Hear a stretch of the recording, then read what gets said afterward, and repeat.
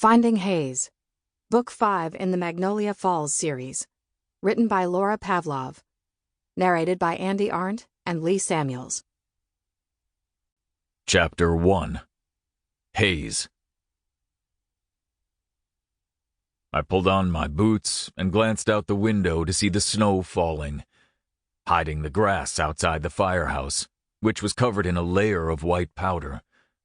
I was happy to be done with my 3-day shift and ready to get out of here and get some sleep. We'd been slammed every day with several medical emergencies due to the cold temperatures. There'd been a bad car accident, and my paramedic training had come in handy when we'd received the call. But thankfully, everyone was going to be all right. This afternoon, we'd gone over to the elementary school because, of course, I'd volunteered to talk about fire safety for my godson Cutler's second-grade class. He was my best friend's son, and my boy in every way imaginable, and there was nothing I wouldn't do for him, even if it meant calling him by his favorite handle, Beefcake, in public. I was tired and ready to call it a night. "Hey, Rambo, you heading out?" Beebs asked, as he dropped his backpack onto the bed across from me.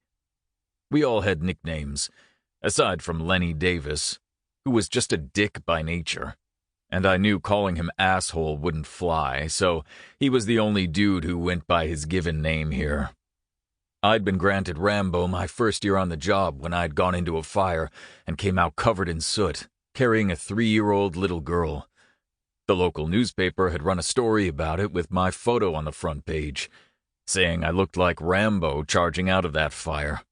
The little girl had been okay after a short hospital stay, and the name had stuck because the guys at the firehouse wouldn't let it go. I'd hated the attention at the time, but it had been worth it to be able to place that little girl in her mama's arms. Priscilla Larson was a 13-year-old teenager now, and she still brought me cookies every single year on the anniversary of that fire. These were the things that I loved about my job. Yep, I'm ready to sleep for a week. I pushed to stand and grabbed my coat.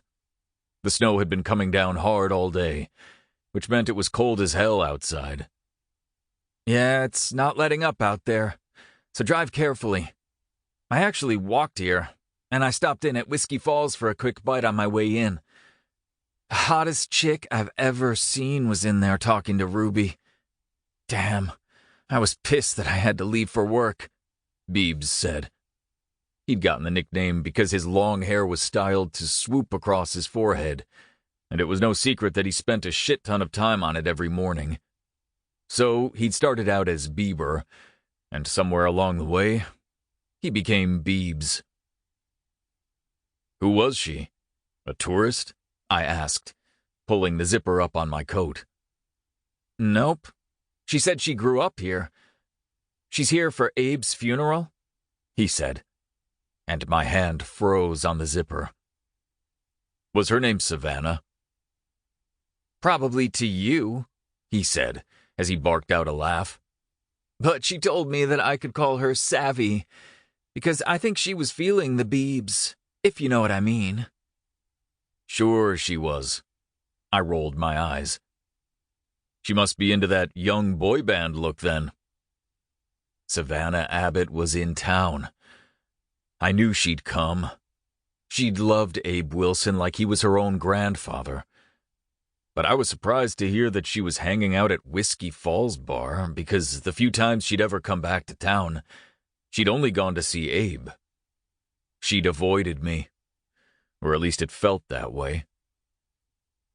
"I'm all man, baby," Beebs said, as he pounded his chest, before turning to see Lenny walk through the door, his face straightening.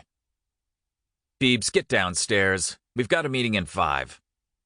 Lenny was the other lieutenant on our crew, and we always worked opposite shifts.